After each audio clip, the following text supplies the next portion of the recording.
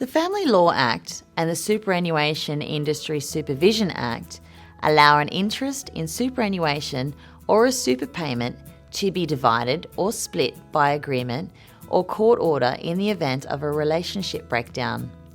There are 3 options available for dealing with one or both spouses' superannuation if a marriage or a de facto relationship, whether same sex or different sexes, dissolves.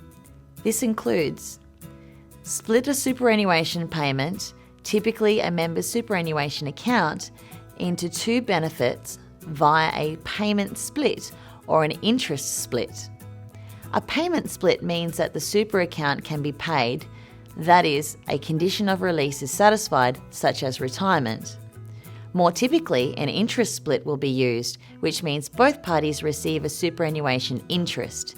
The ex-spouse receiving the new benefit can leave the superannuation interest in the same fund if the super fund allows for this, or transfer the interest into another super fund. If you're both members of the same self-managed super fund, the likely option is that one member will transfer his or her benefits into another self-managed superannuation fund or into a large commercially run fund. Flag the benefit and defer the decision until another time. By flagging the superannuation benefit, this allows a couple to protect each of their interests while waiting for the key event to occur, such as impending retirement, or where the valuation of an asset, if members of a self-managed super fund, is finalised. Upon this key event, the exact value of the benefit will be known, and the trustee of the super fund can then deal with the super account according to a later agreement made by the couple. Take the super into account but leave untouched. In the past, superannuation was treated as a financial resource rather than an asset of the marriage.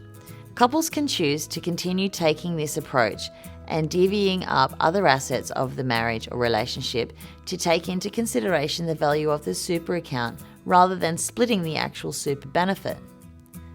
It's important to keep in mind that in Western Australia, the superannuation benefit of a person involved in a heterosexual or same-sex de facto relationship cannot be split. Instead, the super benefit is treated as a resource of the relationship. That is, the super benefit is taken into account when looking at how all of the assets will be divided between the couples. Excluding de facto couples in WA, the most common approach is to agree to an interest split. The steps involved in splitting superannuation benefits are: 1. Request information about the spouse's super from the super fund. 2. Value the superannuation benefit. 3. Reach an agreement, or if you can't agree, then apply for a court order. 4. Send a copy of the agreement or order to the super fund trustee. And then 5. Split the super benefit, usually worked out using a base amount or percentage amount valuation method. The rules relating to dividing superannuation assets in the event of a relationship breakdown or divorce are complex, and chatting to a family lawyer about the rules and your entitlements is a must. Even where the divorce is amicable, the super laws require each party to get independent advice before signing a superannuation agreement relating to the superannuation benefits, if the agreement is to be binding on the trustees of the super fund. The separating couple can also seek consent from the family law court if they agree on the settlement, or a court order if they don't agree on how the super is to be divided.